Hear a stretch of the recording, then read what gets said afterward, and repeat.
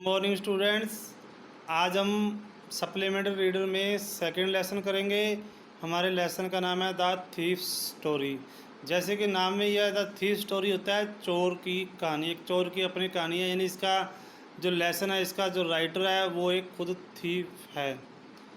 तो who does I refer to in this story, इस कहानी के अंदर आई शब्द है वो किसके लिए प्रयोग हुआ है? इन दिस स्टोरी आई रेफर्स, वैसे डज है इसलिए डज हटने के बाद आई के बाद रेफर्स है, अदरवाइज रेफर आता टू द थीफ, व एक चोर लड़का जिसका नाम हरी सिंह है। सेकंड क्वेश्चन है what is he A Fairlie successful hand eight. Fairlie होता है बड़ा साफ, सक्सेसफुल सफल हाथ था, एट किस में था? स्टीलिंग में था। तो he is a Fairlie successful hand eight stealing, चोरी में था। थर्ड क्वेश्चन है what does he get from Anil in return for his work. अपने काम के बदले में उसे अनिल से क्या प्राप्त होता था?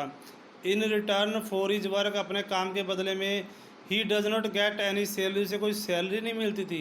ही गेट्स ओनली ए प्लेस, केवल उसे एक जगह मिलती थी, टू स्लीप, सोने के लिए, एंड फूड टू ईट, और खाने के लिए उसको भोजन मिलता था।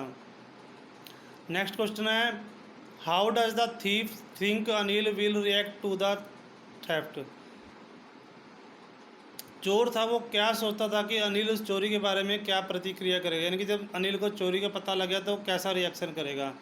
The narrator is a thief, जो लेखक है इस पाठ का वो एक चोर है।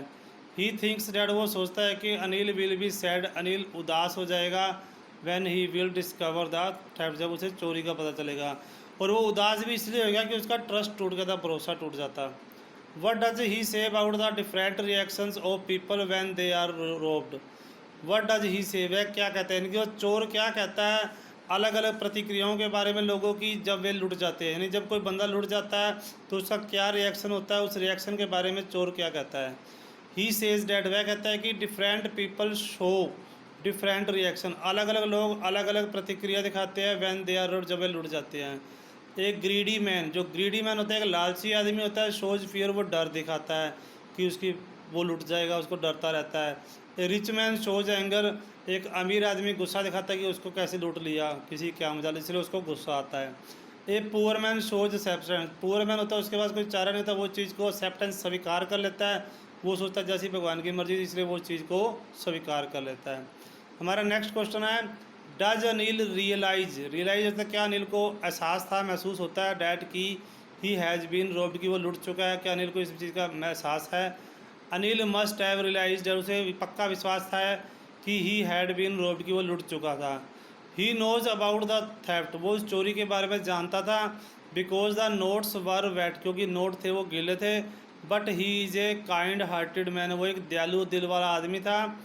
ही बिहेव्स नॉर्मली, वह सामान्य व्यवहार करता है, नॉर्मल रहता है, यानी वो शो ऑफ नहीं करता कि उसको चोरी का पता है। तो आज आपने इस लेसन के इन 6 क्वेश्चनों को अपनी फेयर नोटबुक में राइट करना है और अच्छे से लर्न करना है। ओके।